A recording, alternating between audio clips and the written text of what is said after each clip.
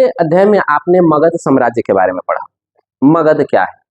तो मगध बिहार की राजधानी को मगध कहा गया, या कह सकते हो मगध की राजधानी पाटलिपुत्रा है। आपने पढ़ा।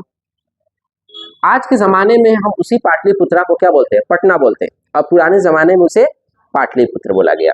तो आखिर ये मगध साम्राज्य में आपसे हमारी ये प्रश्न ये है कि मगध साम्राज्य में कितने महाजनपद थे, या मौर्य साम्राज्य में कितने महाजनपद थे?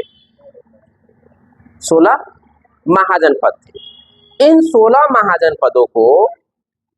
महाजनपदों में सबसे पावरफुल महाजनपद कौन था, या उसे कह सकते हो 16 महाजनपदों का प्रशासनिक केंद्र कौन था? मौर्य काल।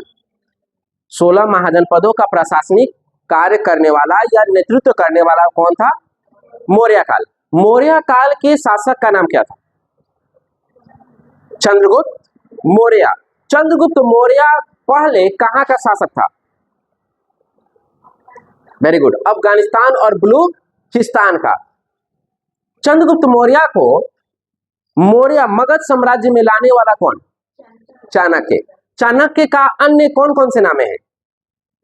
चाणक्य का पहला नाम कौटिल्य और दूसरा नाम विष्णुगुप्त। चाणक्य के द्वारा लिखी गई पुस्तक अर्थशास्त्र। वेरी गुड, चाणक्य के द्वारा लिखी गई पुस्तक का नाम अर्थशास्त्र। मगध साम्राज्य में विशाखादत्त के द्वारा लिखी गई पुस्तक मुद्रा राक्षस, है ना। ये जो हमने उस दिन बताया था कि कुछ ऐसे प्रश्न है जो बहुत ही इंपॉर्टेंट है। जैसे हमने पहला क्वेश्चन बताया, चाणक्य को अन्य नामों से जाना जाता है, कौन से दो नाम? कौटिल्य और विष्णुगुप्त। ये यही प्रश्न को पलट देगा कि विष्णुगुप्त के अन्य नाम, तो चाणक्य और कौटिल्य। अर्थशास्त्र के लेखक कौन? चाणक्य या कौटिल्य या विष्णुगुप्त। मुद्रा राक्षस के लेखक कौन? विष्णुगुप्त। तो ये विष्णुगुप्त, ये चीज सॉरी, आपको मुद्रा राक्षस के लेखक कौन? अभी बताए थे, विशाखादत्त।